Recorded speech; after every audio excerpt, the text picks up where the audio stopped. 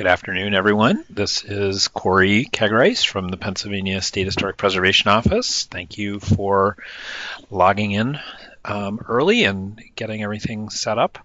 We're going to wait a few minutes. We've got about 5 more minutes until our 1 o'clock start time. I want to point out that on your screen there should be an icon for a chat bar. If you have not figured out where that is, take some time to look for it, because that's where you can type questions that you might have as the webinar progresses. Elizabeth Herrera from the SHPO is on the other end of that chat line right now, and she is collecting information about who is here and just making sure that everybody's familiar with where that feature is. So I'm gonna mute myself here again and suggest that you take that time to figure that out, and you can chat with Elizabeth while we're waiting. And if you haven't done so, I would also ask that you figure out how to mute the microphone on your phone so that you can talk freely on your end, but we're not going to hear your conversation with the rest of the group.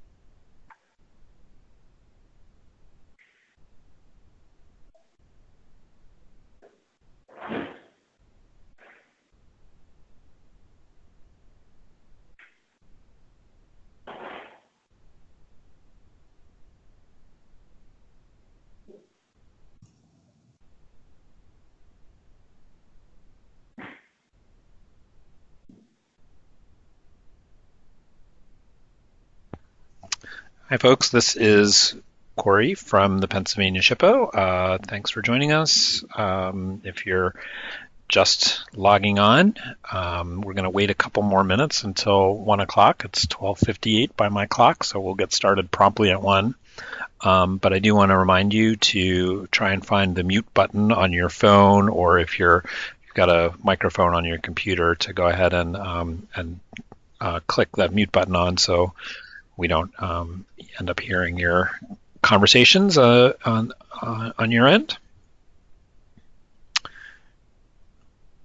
We are also recording this webinar, and it'll be posted on the PHMC YouTube channel, along with a number of our other webinars that we've offered in the past. Give us about a week or so to get the content edited and posted up there, but you'll be able to access it at any point going forward. And I'm happy to share these these slides when we're all finished here. Hey, I have a question. Where do you go to view the webinar? So in the email, in the email that you should have received about the confirming your registration, there are links that say join the Skype meeting. You can either do that if you have Skype on your computer. You can do it via the Skype application, or you can do the Skype by web, join by web link. But there are two different links in that instruction email. Okay, thank you. You're welcome. All right, so I've got 1 o'clock on the dot, so let's go ahead and get started. Again, if you can't hear me, this probably doesn't help, but I would say that there's a phone line that you can use to listen to the audio that accompanies these slides if you don't have speakers or headphones that you can use from your computer. It's the same thing. You'll just be hearing it via your phone instead of through the computer.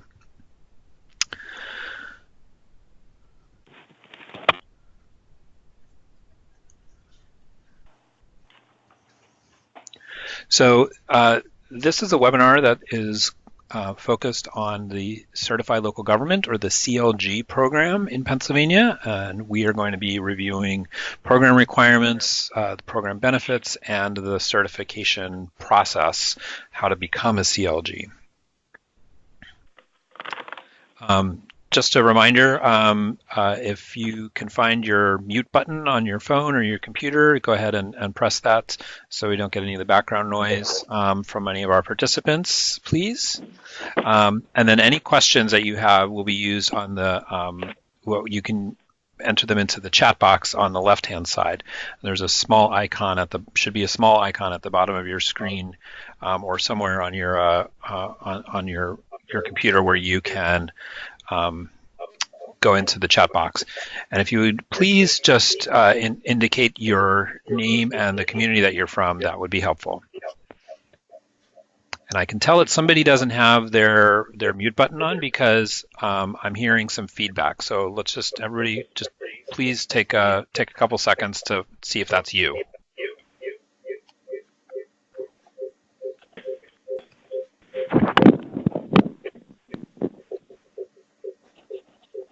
Anybody? I'm still hearing it, so I don't think we found it yet.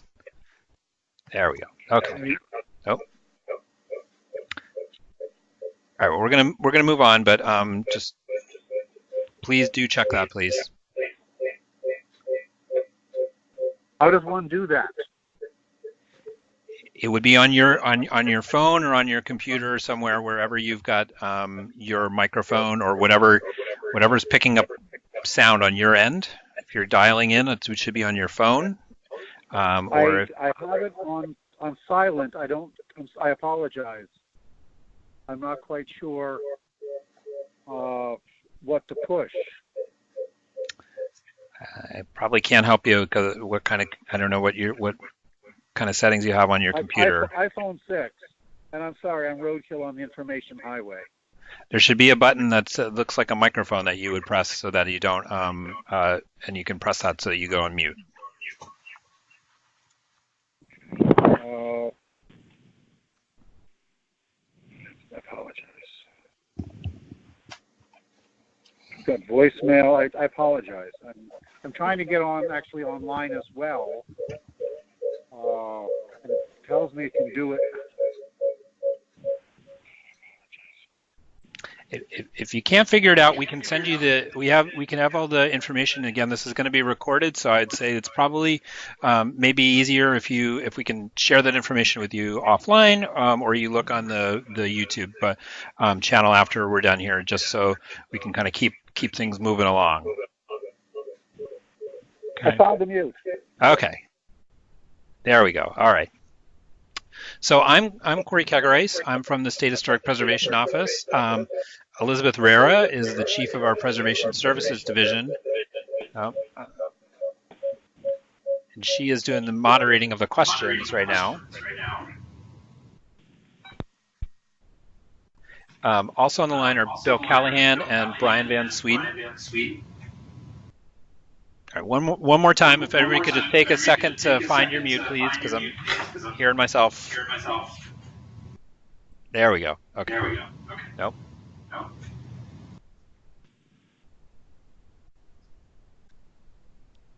So in this webinar, we're going to cover an overview of the CLG program itself, the requirements for certification, what happens after you become certified, the post-certification expectations, the benefits of being a CLG, and the process to becoming certified.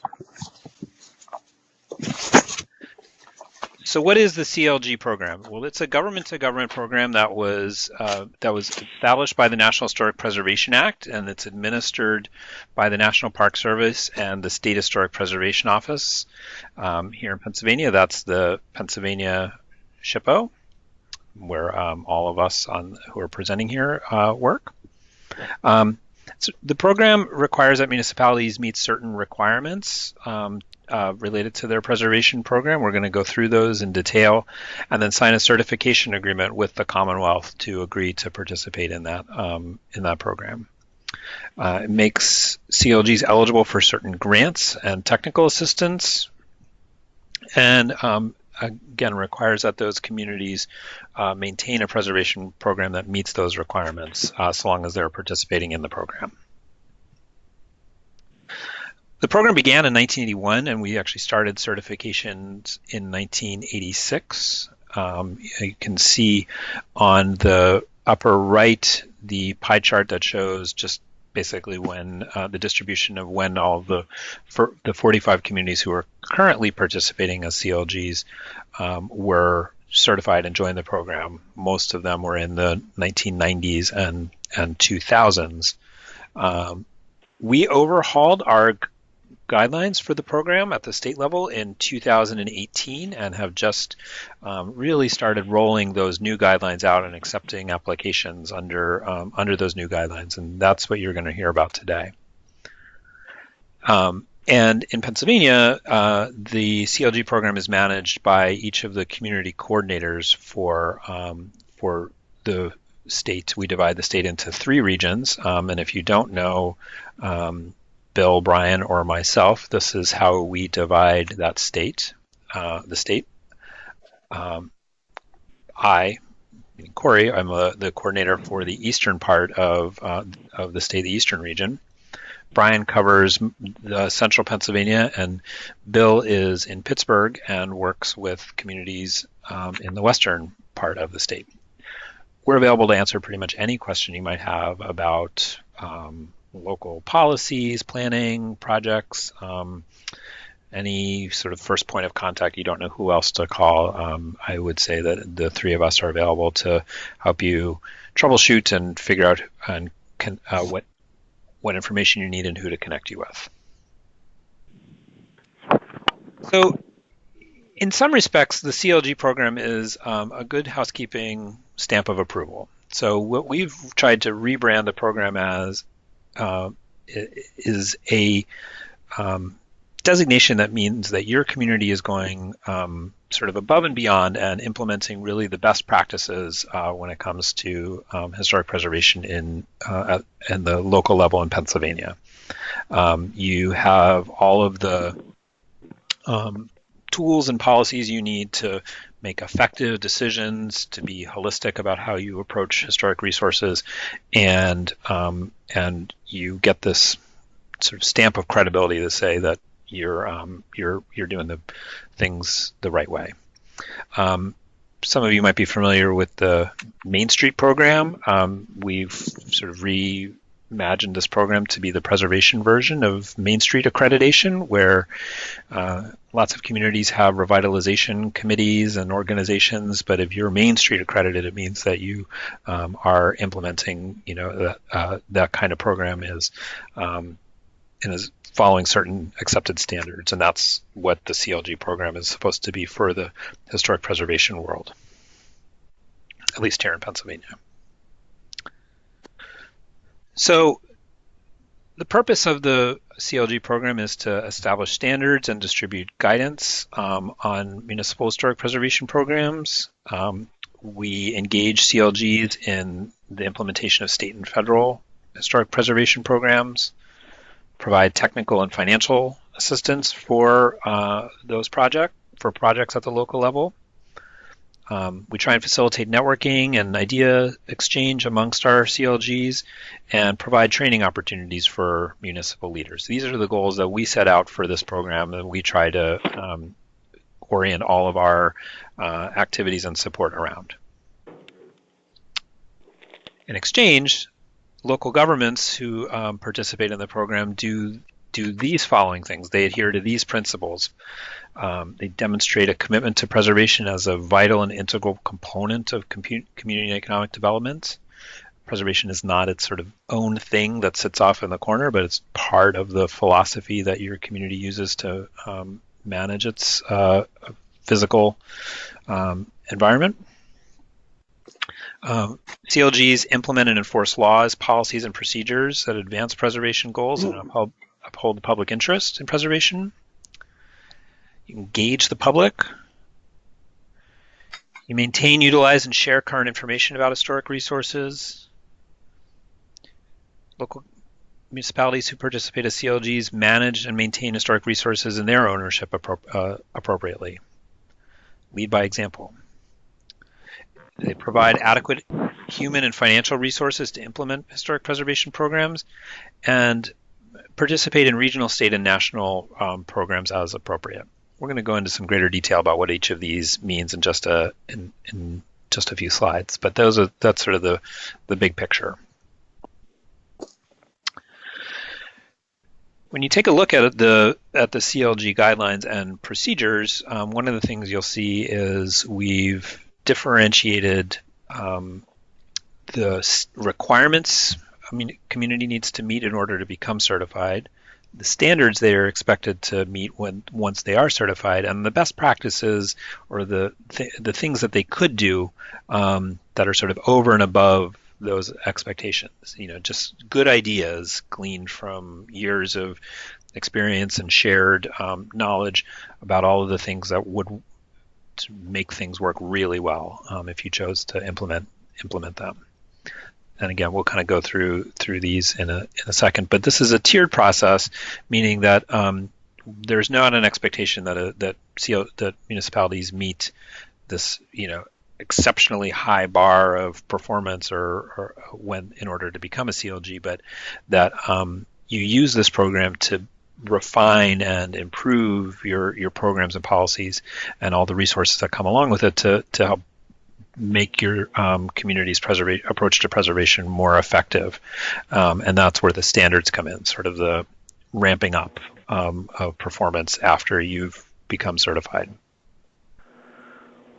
So in the guidance, in the guidelines, you're going to see pages that look like this, and how all of the different components are reflected there. So there's a chapter for each of the major principles that I just shared, what's required for certification under that, the performance standards after certification, and then just, again, the best practice ideas. All right, so what are the certification requirements? Well, the basics are you have to have, your municipality has to have a preservation ordinance that addresses demolition and new construction at a minimum. This could be a historic district, or it could be one of the more zoning-enabled ordinances that may address individual resources. The program isn't limited to one type or the other. We have a lot of different resources in Pennsylvania and different approaches to preservation, but regardless of what type of resources the ordinance is dealing with, the scope of that ordinance needs to address demolition and new construction. You have to have a HARB, a historical commission, or some sort of similar preservation-oriented review board in place. And you have to have some reference to historic preservation or historic resources in your most recent comprehensive plan. Whatever one is in effect now. So drilling down into those principles a little more specifically, these are all of the certification requirements that fall under those headings. And we believe that most communities that have some kind of preservation program in place already have most of these. It's just maybe a few tweaks here or there, things that to fill in the gaps in most municipalities with some sort of preservation ordinance. So under the heading of demonstrating a commitment to historic preservation, this is where that requirement for the reference to preservation in the comp plan is. And also an expectation that your community will have adopted and implement the International Existing Building Code. That's an important one to actually make it possible to continue to preserve and rehabilitate buildings. You implement and enforce laws, policies, and procedures. That means you have to have a preservation ordinance. Your review board needs to have some kind of bylaws or rules of procedure that govern its activities. Actually, the design guidelines are something that we've moved into the post-certification standard. So that's not something you have to have from the outset, but we do recommend them regardless of whether you're ever going to become a CLG or not. But guidelines are something that CLG grants could be used to pay for the development of. I'm not going to go through each of these things specifically, but the ordinance itself needs to have certain components to it and have certain language in it that does certain things. So you can see those requirements here. We also have a number of checklists that you can use to basically see whether what you're doing right now meets the requirements or not, and then what that gives you a to-do list of things to work on before you apply for CLG status.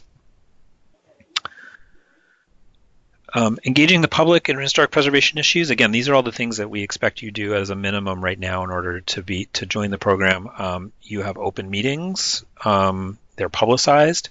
You have detailed and accessible minutes, and that you issue written decisions to applicants who are appearing before you, before the HARB or the Historical Commission or whatever review body exists. Understanding and maintaining current relevant information about historic resources. This is an expectation that you have an inventory of the properties that are covered by your ordinance, and that there will be a plan put in place for identification of other resources in the community, maybe outside of the ones that are covered included in the historic district or already on the list that is properties that are regulated by that ordinance. And that information is made accessible to the public with the exception of any information about archaeological resources. That the withholding of information about archaeology is to prevent looting and vandalism, essentially.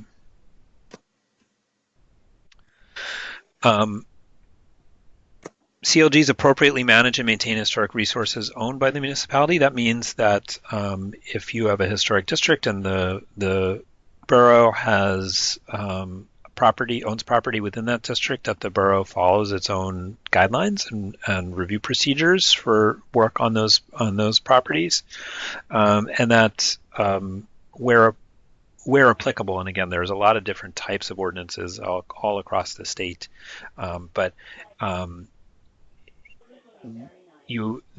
we expect that CLGs would consider whether there are other municipally owned historic properties that should be covered by the ordinance in the future.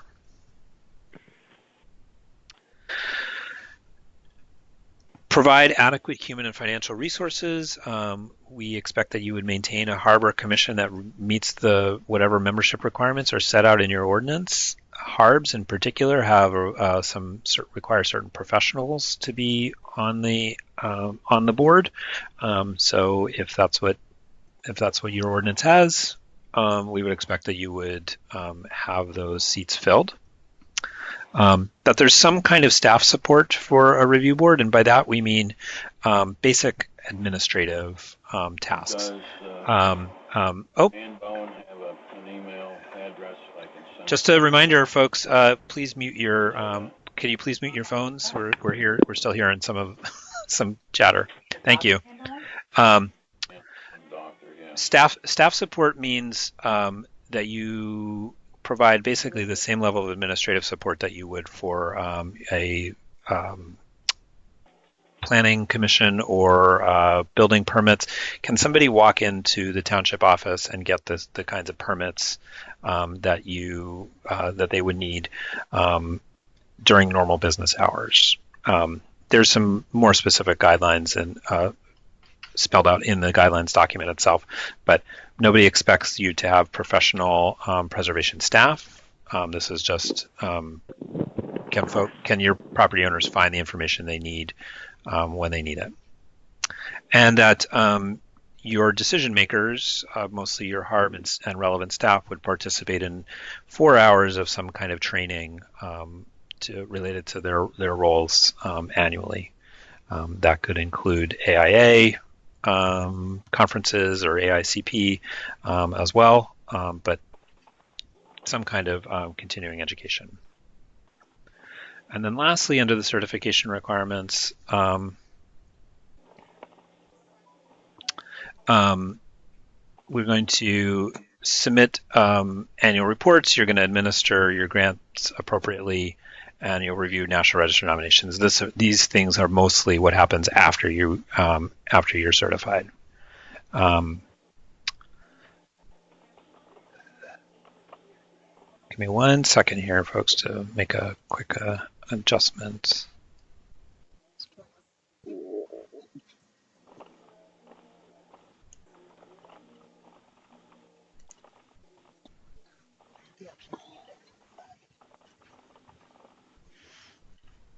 Okay, coming back here. So what happens after certification? Well, there are ongoing performance standards, and these are the metrics that that are used to evaluate your community's preservation program. We do evaluations every 4 years, so this is not an annual kind of peer over your shoulder thing, but these are standards that are designed to help CLGs improve their program, and pretty much anything that's required by the standards is something you could use the grant funds that I'll discuss in a minute to help develop.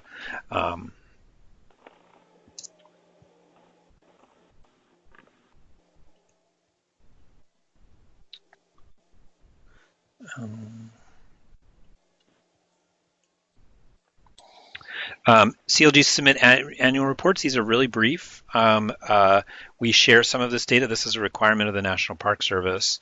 We share some of the information with them, and it is used in federal budget justifications to help continue support making the case for funding for historic preservation at the federal level. It's mostly numbers. How many cases did you review? How many did you deny? Things of that sort. And then there's training. We want everyone involved in a community's preservation program to participate in 4 hours every year. That could be bringing a speaker to your community. That could be going to a workshop or a seminar somewhere. We have in the past provided scholarships. And I think we're intending to rebirth that program again this year. So it's not something that is totally unsupported. We want to make it possible for you to give you resources to meet this training. So I'm going to pause for a second here and see if there are any questions. Elizabeth, did you, no questions so far? All right, well, we'll kind of keep moving forward, and then we'll take any questions at the end. Again, a reminder, if you can see that chat button, the chat window, if you have any questions along the way, feel free to go ahead and type them in there, and then we can respond to them. Okay, so why would you want to do this? Well, here are the program benefits that come along with this. There's a dedicated grant program, and I'm going to talk about each of these in a little bit more detail. There's some specialized technical assistance and scholarship funding, priority consideration for our Keystone Historic Preservation Grant programs for the applications from within your community. DCED Keystone Communities Funding has added CLG designation as one of their priority considerations. And there's a role for CLGs and the municipal governments to participate in National Register nominations within their boundaries. So I'm going to focus on the financial and the technical assistance programs here in more detail, because they're the ones I think that most are sort of most of interest. Our grant program, this is funded out of a share of the federal funding that the Pennsylvania State Historic Preservation Office receives every year, and we provide that money in the form of competitive grants. We're intending to give that money out in sort of three buckets: project grants, mini grants, and scholarship funding. So the project grants are the big dollar projects up to $25,000. These are all non-construction, so they are anything from design guidelines to comprehensive plans to feasibility studies to design guidelines. Did I say that already? Ordinance revisions, anything that is basically not bricks and mortar work. Survey work, if you need to update your inventory or collect new information, National Register nominations. There are match requirements based on what project type that is. So a minimum match is 10% of the project award. So if you get a $25,000 grant, it would be a cash match expectation of $2,500. But you also get to keep 10% of the grant money for administrative costs. So in some ways it's sort of an accounting measure, but there are some pretty achievable, we think, match expectations. The deadline is in the fall. We have an open round right now of deadline of October 11th. The project start dates are April or May of the following year. So applications received and reviewed in this October will start in spring of 2020. The mini grant program we are working on developing is to support small projects sort of incrementally throughout the course of the year. Generally, those grants will be for no more than $5,000 and would be again available two to three times throughout the year. And then a scholarship program that would provide funding to send you to conferences or to bring speakers to your community. Do we have a question about the grant program? I don't have the portal address. Oh, no. She'll set it up for you and she'll send you something on email. So we have a question about whether the grant funds could be used to have to be used to hire consultants, or it could be used to basically reimburse municipal costs. And then the answer is it depends. If your municipality has professional staff that meet the basically professional preservation qualifications, the Secretary of the Interior's professional qualifications, if you have if they are qualified to do the work, to do the project, then you can use the funds to support that staff person's work on that project. If not, then the money would be used to hire a consultant to do that project for you.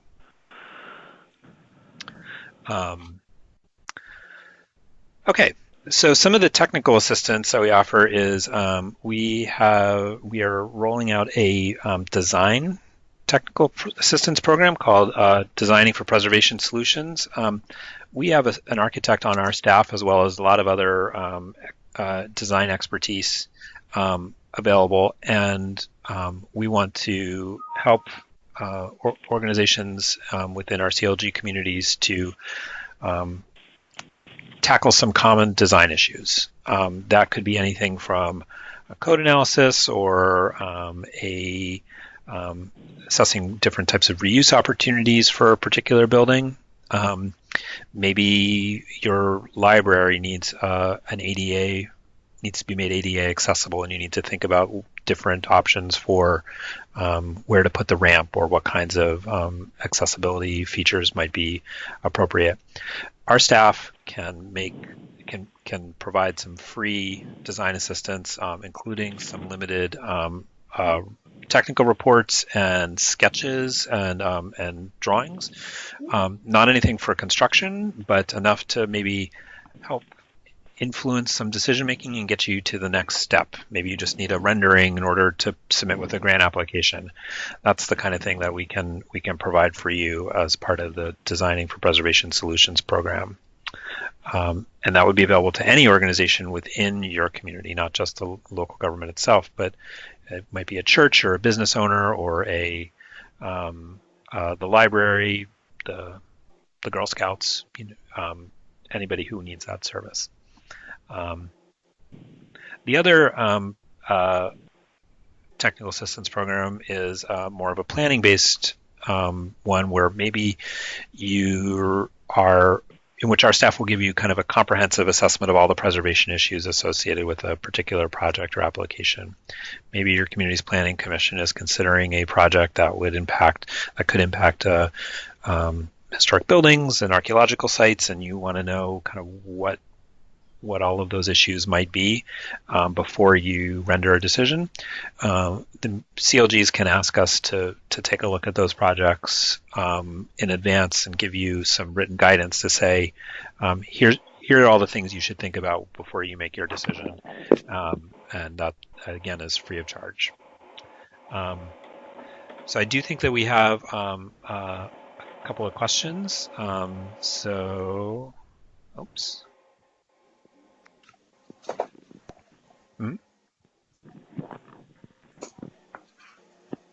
Okay, so regarding bylaws and rules of procedures that need to be in place by a HARB, is PHMC looking for any specifics? Are there model HARB bylaws to consider? Yeah, so there are some specifications in the full design guidelines about what needs to be in the bylaws and rules of procedure. What we're looking for basically is election of officers, conflict of interest, quorum, and basically the procedure of the meeting, the order of business. They don't need to be terribly complicated. We are working on developing some I hesitate to call them model, but coming up with some samples that would fulfill that requirement to make it easier for you all to adopt those. And the next one, is there any grant program to assist a municipality in creating a permanent historical administrator position, since our historical commission is all volunteer with limited time? Not right now. We do not support via this grant program any basically administrative or program staff. We have some room in these design guidelines to support what we call circuit riders, basically 2 or 3 municipalities who don't need somebody full-time but could use but might want to share a staff person with an adjoining community or a nearby community. We could use CLG money to basically start that position with the expectation that eventually becomes fully funded by the municipalities themselves. We haven't had anybody take us up on that yet, so there's an opportunity to kind of figure out exactly how that'll work, but we did create that opportunity in those new design guidelines, or the new grant guidelines. Okay, so the last part of the webinar is then about the certification process. So this is a rolling application process. There are no set deadlines. You can submit an application at any time. It typically takes 3 to 4 months to complete the certification process from the time that you send things to our office to the time you get the letter back from the National Park Service. Important thing to remember is that certification happens after you've got these tools and components in place. So, but if you don't have an existing preservation ordinance or any of these program in your municipality and you're thinking about starting one and you think you may want to become certified down the line, this is a good time to take a look at those requirements and figure out how to construct your ordinance and all of your pieces so that you can take advantage of it once those things are in place. I'm involved in that kind of conversation in a number of communities right now. So we want to sort of put this out there as a model to set guidelines to be followed when you're ready to go ahead and implement that in your town. This is just a diagram that shows the process of for certification. So we would recommend that you start by reviewing the certification checklist and implement any of the missing elements. You'll find those checklists on our website. I'll show you where those are in just a second. And those checklists are designed so that if you answer no to any of the questions, then that is your guide for what you need to work on. You should be able to answer yes to all of them, and if you do that, then you're probably ready to go. The next step would be to contact Bill, Brian, or myself and let us know that this is something you're working on so that we can help counsel you, answer any questions, and just be on the lookout for your application on its way in. Because this is a government-to-government program, and it is actually the municipality that is the one that is the certified local government. It's not the HARB or the Historical Commission or a planning commission in any town. It's the borough of or the township of. The governing body actually approves that CLG application, and then this chief elected official would be the one to actually sign the agreement once it's approved. You would submit that application to our office. We have 45 days to review and respond with any comments, or send you, if everything's in order, we'll send you a certification agreement to sign. You'll sign that agreement, the chief elected official, that could be your borough council president, your mayor, chair of your board of supervisors, whoever fills that role in your community. You'll send that back to us. We will then circulate that internally for our review and signature, and then send it to the National Park Service. And then the National Park Service has 15 days from the time that we send it to them to actually approve the certification. And then your municipality is actually certified by the National Park Service. So that's it. That's the overview of the CLG program and all of its requirements and benefits and process. You will find information about this on our website. This is the link. If you go to our homepage, phmc.pa.gov, at the top right under the preservation menu is an option. Is a drop-down menu, and you'll see the CLG program at the bottom of that. That'll take you to a page that the bottom of which looks like this, and there are these three blue boxes. One is how to become a CLG, resources for existing CLGs, and then the grants page. And you'll find the guidelines, the application materials, the checklists, information about the technical assistance programs and everything else that we talked about here today on one of these pages. So I would encourage you to sort of poke around in there. You've also been provided with a link you should have when you registered, to an online quiz. It's a SurveyMonkey quiz that leads you through a few basic questions about whether your community has the real sort of fundamental building blocks that you need to pursue certification. And so I'd encourage you to take a look at that if you haven't done so already. And just a reminder, I'm going to leave this up here on the screen as we are concluding, that Bill Callahan, Brian Van Sweden, and myself are available to answer any and all questions about this and to assist your communities with other preservation issues should you have them. So Elizabeth tells me that there are questions, and then we'll let her share those with us now. Can a municipal manager sign off on a CLG? No, the certification agreement needs to be approved by the chief, signed by the chief elected official of that municipality.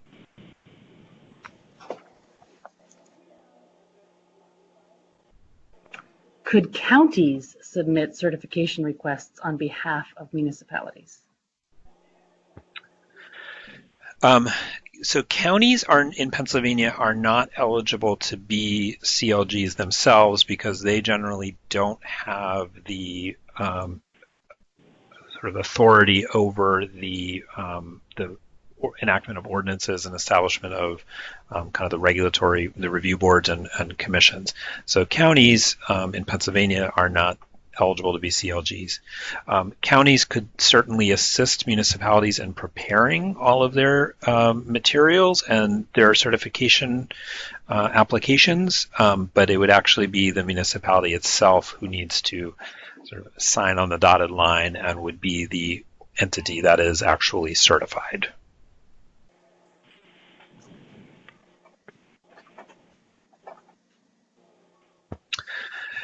Yes, we will. The question was whether a copy of the PowerPoint will be made available. Yes, we will PDF this presentation, and we'll email to everybody who registered for this webinar. And again, the recording will be posted on our YouTube channel in about a week, so that you can come back and review it or any part of it at your leisure. So are there any final questions or comments that anybody has? No? Hello? Well, thank you everybody for your time and your attention. Appreciate you joining us here this afternoon. And please, again, feel free to contact any of us here at the State Historic Preservation Office with questions you might have. So enjoy the rest of your afternoon.